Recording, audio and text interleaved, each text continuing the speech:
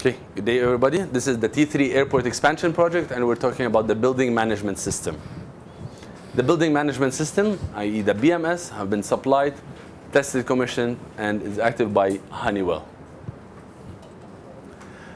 The BMS in the bus gate building, it's used for monitoring and control specific equipment and items that are located in this building.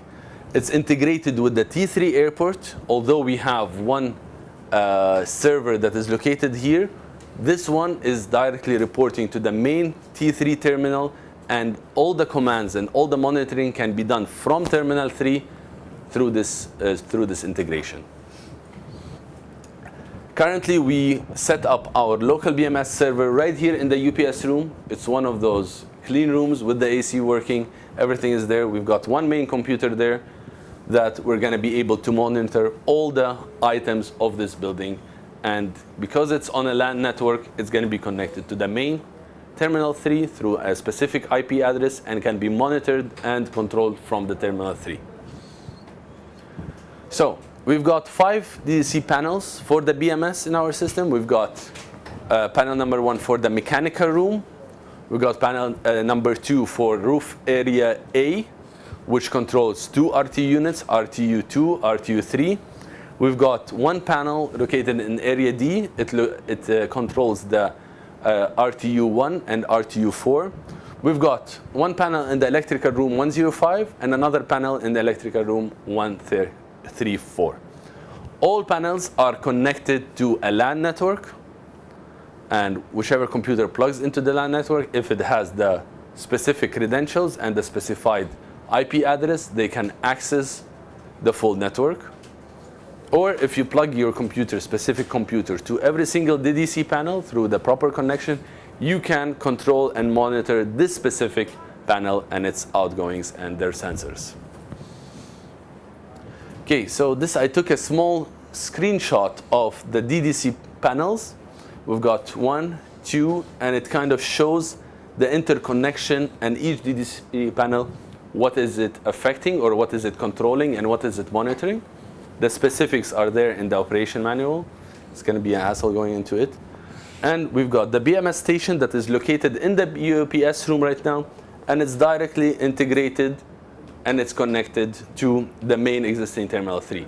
Terminal 3 has been done by Honeywell, so the integration process is very simple. For the graphics, we ask them to follow all their previous design and all their previous the graphics as they did for Terminal 3 to do it for this bus gate building. So the integration process will be very simple. Okay, components. Our BMS is handling the air handling units. It's controlling the fans. Here we're showing that which items are actually controlled and which items are monitored. If we're mentioning that it's controlled, that means you can go through your graphical representation, you can click on the unit, you can activate this damper, you can increase the voltage of this fan, you can decrease the voltage of that fan. All of this is integrated. We have a lot of machines that we are just monitoring. Through BMS, we have a gas detection, a gas leak detection for the split units that are located for the communication rooms. We have all the DBs, all the SMDBs, they have a monitoring. Because the air handling units, energy recovery leads, variable air volumes. The system for the air handling is a high pressure variable air volume terminals we have in every single branch. Basically, the RTU will be supplying specific air, and through the BMS, you can control each zone, how much you want the temperature there. By such, you're affecting the VAV. The VAV will send signals to the RTU unit through the BMS to decrease the fan speed, which in turn decreases the temperature in our system. We've got the exhaust fans, the smoke fans, the chilled water pumps monitored. You can increase, you can decrease. We've got the water pumps, collection tanks, the booster pumps. All the DBs is a monitor, whether we have a fault. We've got the elevators. We've got the lifts also integrated as a monitoring to see where is the location, is it active, is it operational, is it under maintenance, or all of that. The BMS, it monitors through sensors. These sensors has a very wide range. I'm mentioning here a couple of the simple ones, or the ones that were mostly used. The differential pressure switch, which is installed on the last main branch of the chilled water network. It will detect the pressure difference between the supply and the return line and report back to the BMS, which in turn will control the chilled water pump, whether to decrease the pressure or increase the pressure based on this pressure. Linear valve actuator, which is located on the FCUs and RTUs. Once you set up the temperature that you require, either through the thermostat or through your BMS, the linear actuators will actually adjust themselves to supply whatever required volume of chilled water to the RTU and to make it either colder or hotter based on the specific temperature. We've got the damper actuators. These are monitored and controlled by the BMS, whether you want 60% fresh air, whether you want 20% fresh air, whether you want to close completely the fresh air and use your return based on the conditions, external or the user-specific ones.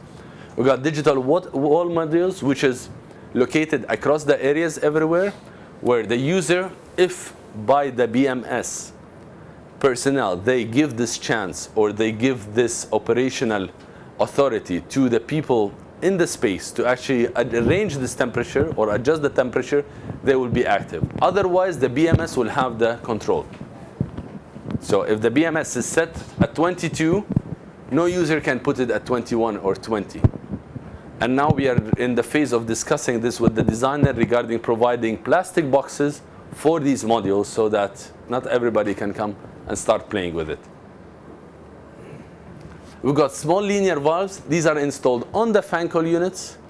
In the bridge area, we have 3, and we have in the trash room, and we have in the UPS room. We've got BTU meters. We have 6 BTU meters in total. Each BTU meter has 2 temperature sensors on the supply, on the return, and we've got 1 flow meter. All of these are integrated with the BTU. Every single point, you can manage it and you can monitor it from the BMS graphics. You just click on this BTU meter, you go check the flow at this particular branch, check the temperature that is on the return and on the supply. 6, there are 4 RTUs, and there are 2 main branches that are going, one to the provision to the Etihad Plaza, and one on the main branch in the pump room. 6 in total. So this is kind of a schematic for the RTU unit. So we've got a fan, we've got CO, we've got pressure sensors, we've got temperature sensors, we've got temperature sensor on the chilled water supply return, we've got temperature sensors on the supply duct, we've got temperature sensor on the fresh air duct, we've got temperature sensor on the return duct. Same goes with the pressure. Also, every section of the RTU has a differential pressure sensor to measure the sensor, to sense the pressure difference between the 2 sections. This is primarily for the filters. So across your 2-inch filter, which is washable, which you can remove and you can change it, you've got a pressure sensor which show on the BMS whether it needs cleaning, whether it needs removal. And we've got one across the back filter, which is the major one. It will show the pressure difference, and accordingly you will know whether you need to replace it, whether you need to take it out, or whether it is still very suitable for operation. Suppose we have 2 fans Yeah, here. this is one of the examples. I just took a screenshot. But we have, yes, we have 2 fans in every RTU. We've got the supply fan, the return fan. And this is all you can measure. The RTU, you can completely monitor it and control it from the BMS. We've got actuators on the fresh air duct. We've got actuators on the exhaust duct. We've got a VFD for the supply fan and for the return fan, which is also monitored and controlled by the BMS. And we've got all the pressure sensor. We've got all the actuators. Let's talk about a little bit about the troubleshooting. So let's see the DDC panel is not seen by the BMS. So we're sitting in terminal 3, and we cannot access, let's say, these 2 RTUs. It's giving us an error report. That could be probably for the DDC panel transformer that we need to go and check. The whole panel is 24 volts energized, and if there was a power surge or unconstant power, this transformer, there are about 3 or 4 in every single. Maybe one of them got damaged, we need to take it out, replace it. Let's say we get an error on the specific sensor. We're trying to access the RTU, let's say fresh air damper. We're clicking on it, nothing is happening. We need to go back to the RTU and we need to check this sensor or this damper or this actuator to actually know what's the problem and replace it accordingly. To maintain, the room obviously has to be clean. You've got a computer sitting there. You don't want dust to go inside. You don't want it to shut down. All your DDC panels are located in closed rooms, except the 2 that are locating outside. These outside panels are IP65. They're fully sealed, waterproof. So the only issue is that once you're opening, just to check it out, to make sure that you close the DDC panel, you close the cover properly, you seal it properly, and not leave it open for dust or anything to go inside. Visual and I guess, yeah. Any questions regarding BMS? All monitored by the BMS. Yes, yes. And for the SMDBs, no, there is no control. You cannot switch on the breaker with BMS, right?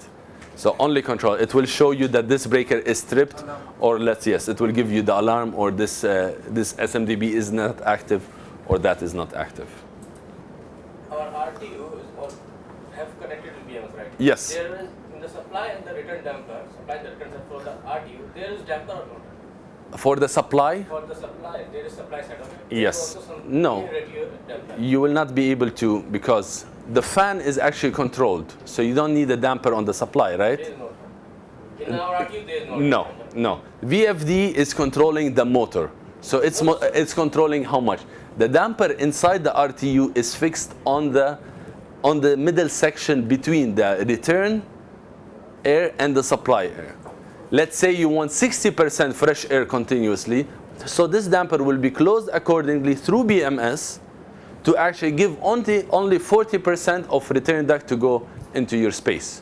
What I'm trying to say, this is our RTU, okay? Yes. Here we are getting the duct for the supply. Yes. Between the RTU and the duct, there is damper. There will be no damper on the supply. No, there are no dampers now. No.